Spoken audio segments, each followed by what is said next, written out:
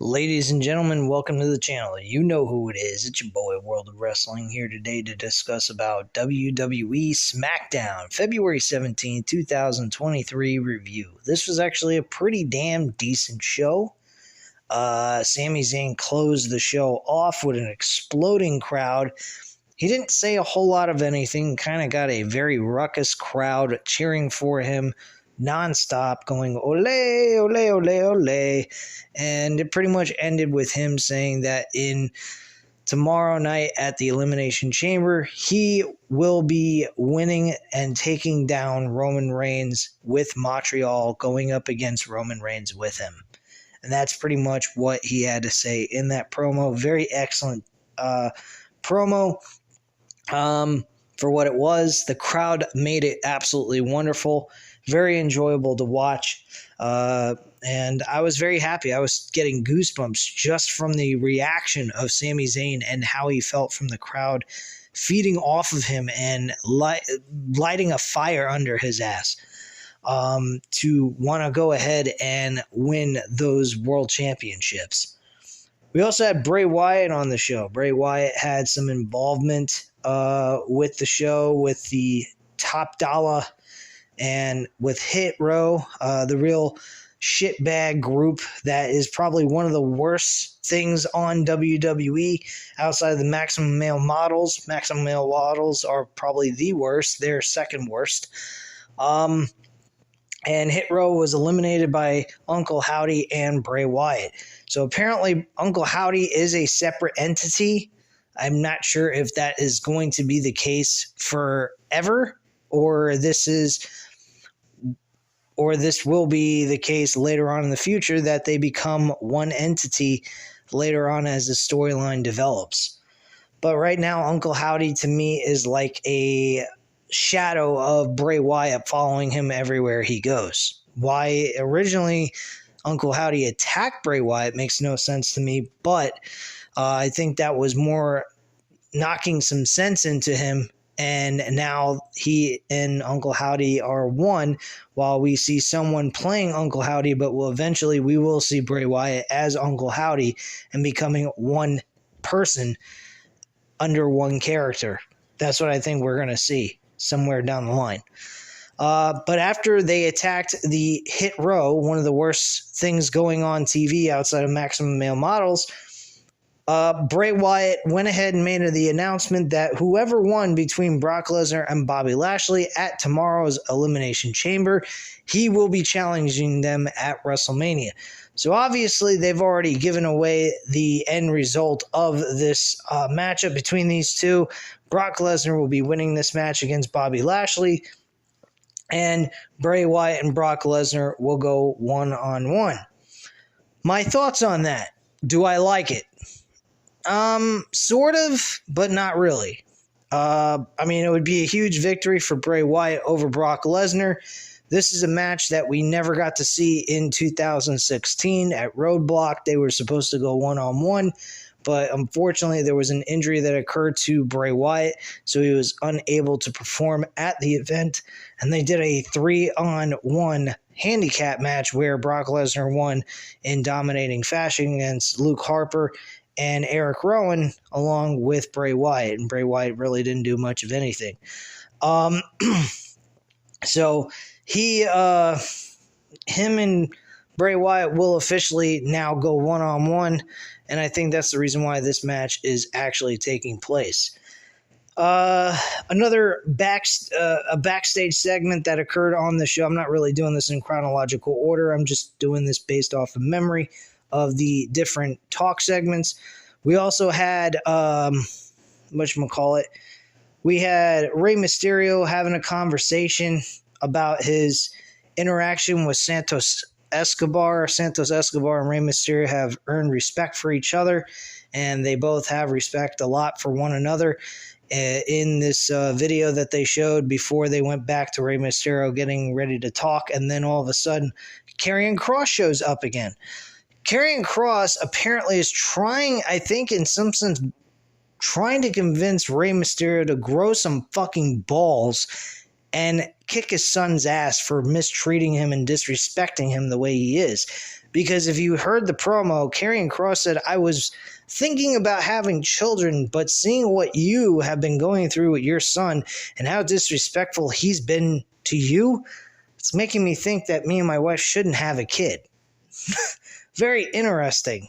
It's implementing thoughts and ideas to Rey Mysterio. Maybe he ought to just step up and kick his son's ass. Edge has been saying the same thing on Raw about Dominic Mysterio and the Judgment Day, that he hopes Rey Mysterio eventually grows a pair or gets pissed off enough to 619 his teeth down his throat. So there are two different things encouraging Rey Mysterio to face his son, and eventually we are going to see that at WrestleMania. And looking forward to that match. I think him and his son will put on a hell of a performance. I think it would be very memorable for him and his son to do it. I think they will bond very well together in this matchup. I think they'd have a blast facing one another. And they'll be able to work very well with each other and make sure that the match turns out good and people are happy to see it. So, yeah. But it was announced later on in the show that Karrion Kross will be going one-on-one with Rey Mysterio, and he told to Rey Mysterio to pull the trigger on Dominic Mysterio because it's TikTok for him. So that's basically what kind of went down in that promo. We saw Drew McIntyre and Sheamus teaming together against the Viking Raiders. The Viking Raiders lost this matchup, but in a very entertaining tag team matchup. This was something that, they could have used on the Elimination Chamber, but their Elimination Chamber card's pretty stacked the way it is, and I just don't see any need for it. It was perfectly fine being on this show, and they did a good job with it, and I thought it was a fair matchup nonetheless. Another matchup that took place on the show off the top of my head was Ronda Rousey and Shayna Baszler against, I think it was Natalya and Shotzi Blackheart, I believe. Yeah, it was Shotzi Blackheart and Natalya.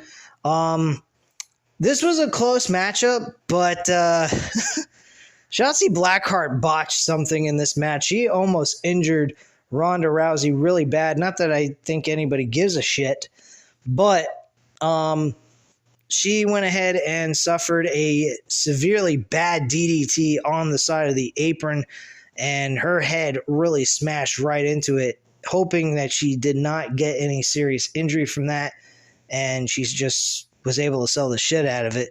But still, that looked pretty damn painful. Shotzi Blackheart ended up getting submitted by Ronda Rousey in a armbar submission, and that was what occurred there. Matchup was okay. We had Asuka and Liv Morgan going out one-on-one on tonight's show.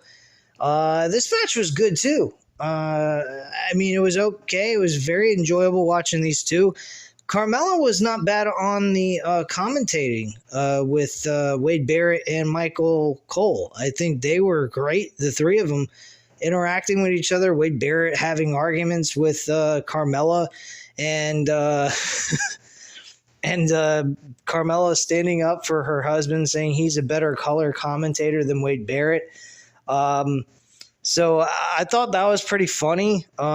Nikki Cross showed up during this, as well as Raquel Rodriguez. Raquel Rodriguez had a reason to show up since Carmella was talking a little bit of trash about Raquel Rodriguez during this matchup. But Nikki Cross didn't make a whole lot of sense being there. I don't know why she was there, but she was crawling all over the commentating desk, kissing fucking Michael Cole on the forehead and saying, "Will you be my friend?" And he said, "Yeah, I'll be your friend. I mean, I guess it would be a blast to be your friend." I mean, it was crazy. Really, it was a fucking crazy little matchup we saw here. I couldn't believe what was taking place during this entire match. It was pretty awkward and a little strange. It kind of took away from the matchup a little bit, but it was an obvious win that Asuka was going to get.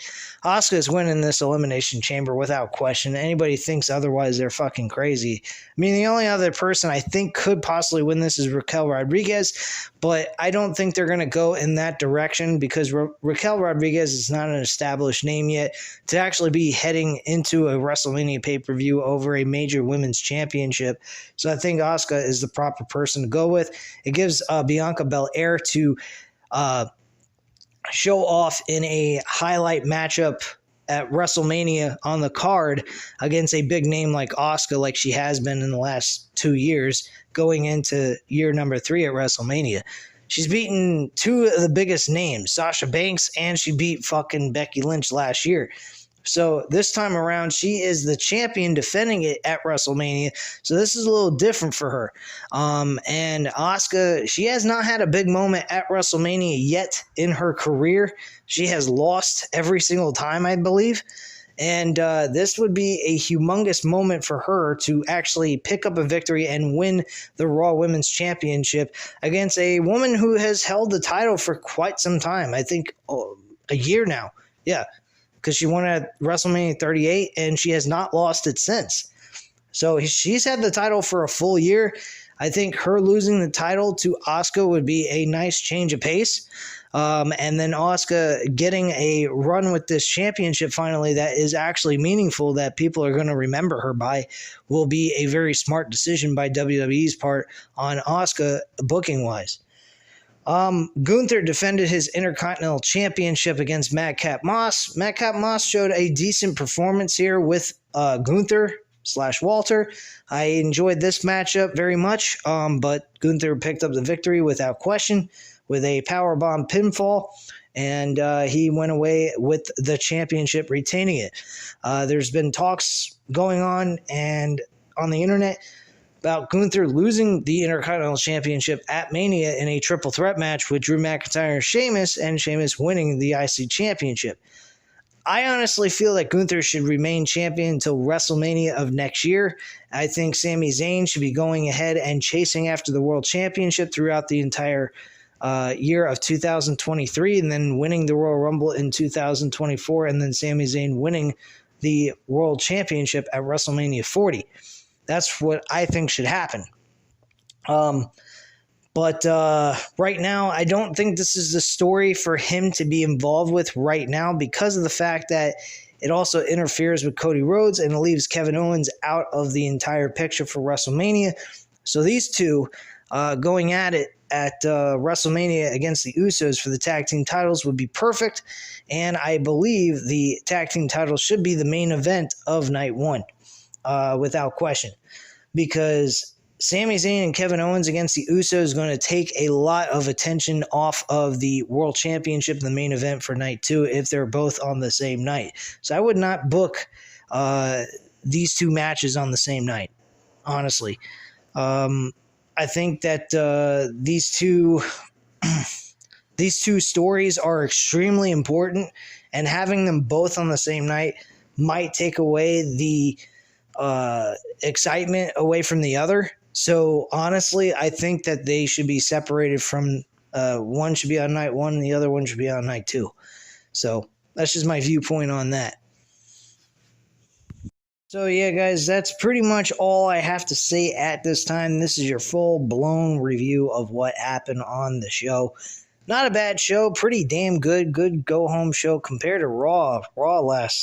This past Monday was not exactly all that great. I think Raw's go-home show for Elimination Chamber was nothing compared to this. This was an excellent go-home show between the two shows, to be quite frank with you. I'm pretty happy with what I saw here tonight with Smackdown.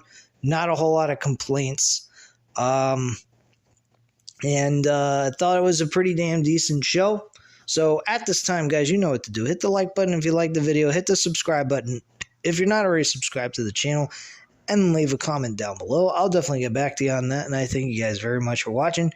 And have a great night, guys. Bye.